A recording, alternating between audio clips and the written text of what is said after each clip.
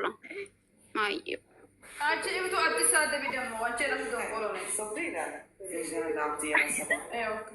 ወጣን አልወጣም ምን አገባችሁ? እኛ ፈታ እንበል። ምን አጠፋን? የሩታ እያይታችሁ ውጡ። ምንድን ነው ልንገራችሁ? እኛ መጀመሪያ ሶፊያን አነካራትም። ልክ ፍቅርና እንትና ሱፉ መጥተው እና እንትና ቤት ሲገቡ እነሱ ናቸው ፍቅርን የጀመሯት። ምን ቤት ናቸው? ምን አገባቸው? እነሱ ማን እንደሆነ ስለማያውቁ ነው። ወላሂ እኛን እኮ እኛ ከተነስተን ዝቅዘቃ ማንም አይችለንም። ግን እኛ ሰላም እንሆን ብለን ዝቅዘቃ ዘግዝቅና ተሳድበናል፣ ይዛኔ አልፈናል። ሁሉም ነገር ነው። ግን አንፈልግም። አሁን ሳትነኩ አትንኩ ሰውን። በቃ አዘናዎች ደግሞ እንዳለ ምድር አሮጊት መምረጥ እንኳን እኮ አይችልም ነው የሚኖሩት። ጀመር መተለት ራሱ አይቻቸዋለሁ እነዚህ ማርያም አብረው በመኪና ሲሄዱ ማንን እነሱ ድራማ ነው የሚሰሩት። እነሱ ድራማ ናቸው። እነሱ ይስሩበት ስራና ስራ ነው። እነዚህና ግን አይገናኝም። እነዚህ ግን አይገናኙም። ጀመር ሲቀጥል ደግሞ ማለት አንዴ ቆረጠች ነው። ወደዚህ ማለት የለም። ቆረጥ ሀቢባ ምን እንዳለች ሰምተሻል? ሀቢባ ስሚ ፍቅር የኔ አሁን ራሴ ፈልጋታ የኛ ደግሞ አንዴ ቆረጠች የወንድ የሴት ጀግና እንደሱ በቃ ሴቶች ማለት ወንዶች ሲበድላችሁ እንደዚህ ቆፍጣን ነው።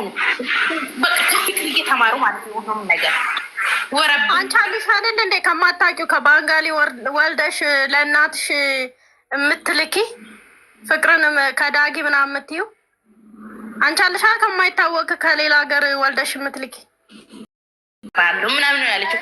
ይሄ ጀዝባ ነገ ልጅ እንደሚያድግ አያውቅም። ዝም ብሎ ቱልቱል ይላል ማለት ነው። እንደ ወንድ ወይም ጨክሎ አያወራም። 7 ወር ሙሉ ደውሎ ነው እዛ ሲያስመስል ናፍቃኝ ምናምን ይላል። አንድ ቀን ደውሎ ማያውቅ። ቆይ ማሪ እኔ ወላሂ በፍቅር ደጋፊ ሆኜ ሳይሆን እውነት ብናገር ማለት ነው አንቺ አንድ ሰው ተፋትሻል ልጅሽን አላየም 7 ወር ሙሉ እኛን የምናውቀው አሁን የፍቅር እየደገፈው ነው። ግን እኔ ለፉፉ ወግኜ ሳይሆን ለፍቅር ወግኜ ሳይሆን እኔ በራሴ በኩል ሆኜ ኦኬ ተፋትቻለሁ።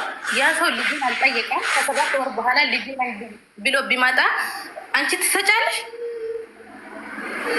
ሚሰሳው አለ የሄደች ጊዜ እስከ 7 ወር ሙሉ ልጁን ትዝም አላለማስ እየዞረ ነበር እየዘለለ ነበር። እሱ ከዚህ ጋር ልጅቷ ትዝም አላለችውም። ፍቅርዬ ወጣው ቪዲዮ ሲሰራ ልጅ ደውሎ እንኳን ልጅን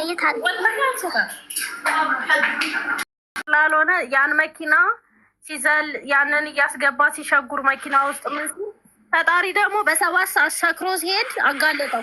ይሄ አሁን እዚህ ኮንዶሚኒየም በታች የመኪና ማቆሚያ አቁሟታል። ካሲካ እሺ